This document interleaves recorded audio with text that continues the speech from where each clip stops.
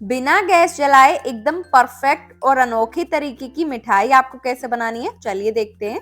सबसे पहले 1.5 cup milk powder, साथ में आधा कप नारियल का बुरादा, आधा कप चीनी का पाउडर और थोड़ा थोड़ा दूध डालकर इसको अच्छे से मिला लें। अब आधे से थोड़ा ज्यादा मिक्सचर अलग निकालकर इसमें बादाम और पिस्ता डालकर इनको अच्छे से मिला लेंगे।